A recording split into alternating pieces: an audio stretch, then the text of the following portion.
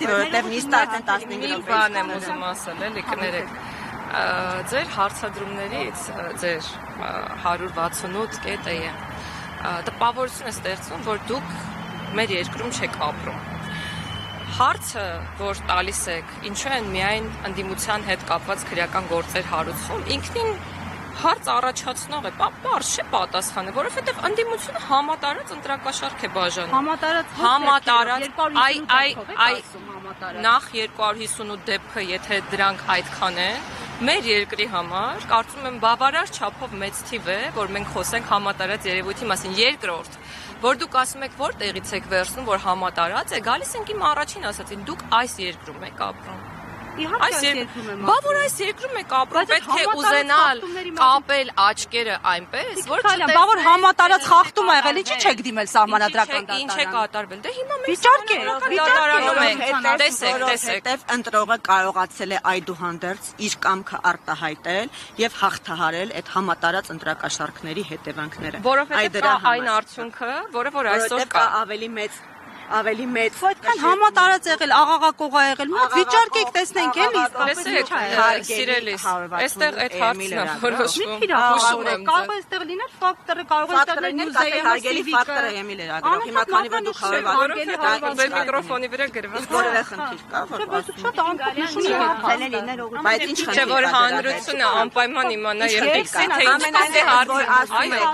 եք ինչու չեք վիճարկում, այդ հարցը հիմա գտնվում է քրեական գործընթացների շրջանակներում եւ պետական ինստիտուտները իրանց գործը այդ առումով անում են։ Հետեւաբար պետական ինստիտուտները շարունակել են այդ առումով իրենց գործը անել եւ կլինի այն արդյունքը, որը կլինի։ Դատարանները ինչ կորոշեն, ինչը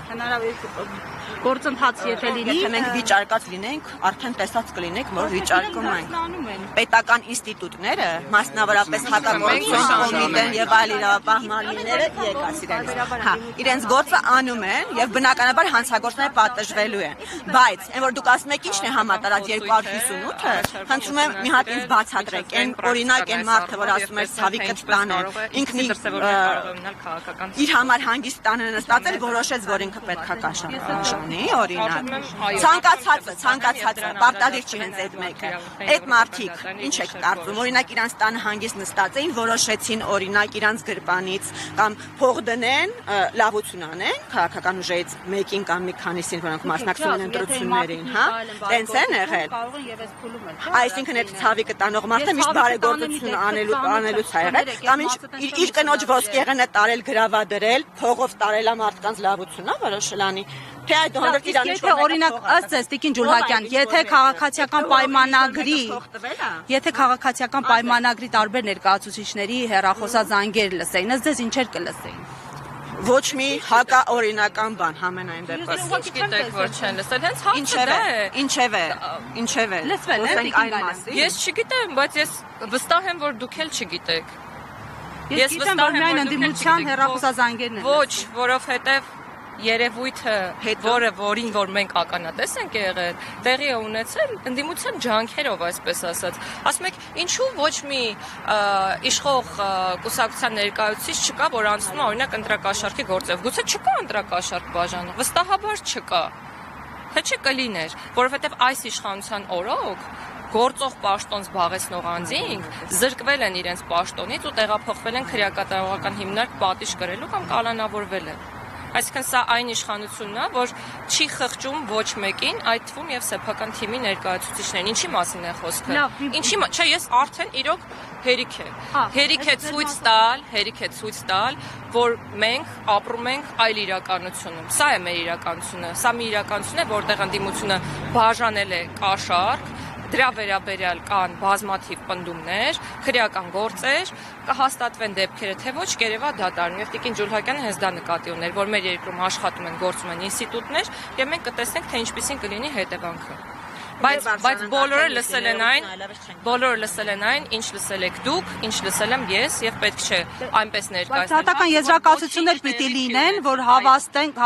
քաղաքացիներին, որ եղել են այդ դեպքերը։ Եվ դա կոնկրետ առանց դատական եզրակացությունների այսպիսի հայտարարություններ անելը է վերաբերում։ Իշխանության վերաբերյալ երբ որ դրվում դուք եւ ձեր գործընկերները հրապարակում են անում։ Կգաք այստեղ խոսեք, որ Դատական գործեր։ Քանի դատական, դուք նայում եք դատական գործեր կան, թե չէ, երբ որ մի հատ ավարտեմ, այդ թվում ձեր լրատվամիջոցը, այդ թվում մյուս գործընկերները։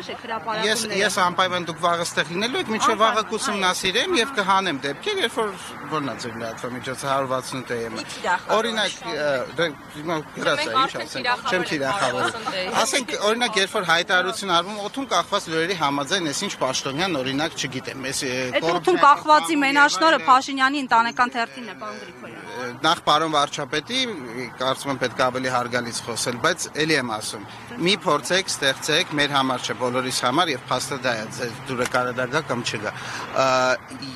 Դուք ձեր գործունեության մեջ այդ նույն ստանդարտով, որ ուզում եք մենք ղեկավարվենք, չեք ղեկավարվում։ Շատ ժամանակ վերագրում եք հանցավոր արարքներ իշխանության ներկայացուցիչներին, երբ որ ոչ միայն դատական վճիռ չկա, անգամ քրեական գործ չկա հարուցված։ Ու էլի եմ ասում, Ժորժ ջան, մի հատ բարձ փաստ կա, էլի։ Ընտրությունները մի process է, որ մենք բոլորը այստեղ մի հատ մարդ չկա կանգնած, մեզ դիտող մի հատ մարդ չկա, որը որ այդ process-ի մասնակից չի հանդիսանում։ Եվ դուք որ փորձում եք կամ գործընկերները փորձում են ինչ-որ ալտերնատիվ իրականություն վաճառել, դա իմաստ չունի, որտեղ մարդիկ այո, վաճառել։ Դա իմաստ չունի, որտեղ եթե օրինակ ասում եք Սուրեն Գրիգորյանը կոռուպցիոներ է, մարդիկ կարող է մտածեն Պարոն Գրիգորյան, լավ, ինչ զգացիք, որ դուք երեք դուրս եկաք։ Կարող է ճիշտ են ասում, կարող է սխալ են ասում, բայց դուք մի հատ process, որ բոլորը մասնակից են եղել, փորձում եք մարդկանց պատմեք, որ իրանք ճնշված են եղել, դա չեն զգացել, վախեցել են, դա չեն զգացել, իրենց կաշառք են բաժանել, իրանք չեն Պարոն Գրիգորյան, այդ կաշառքի դեպքերը դատական եզրակացություններով կհաստատվեն, կխոսենք դրա մասին։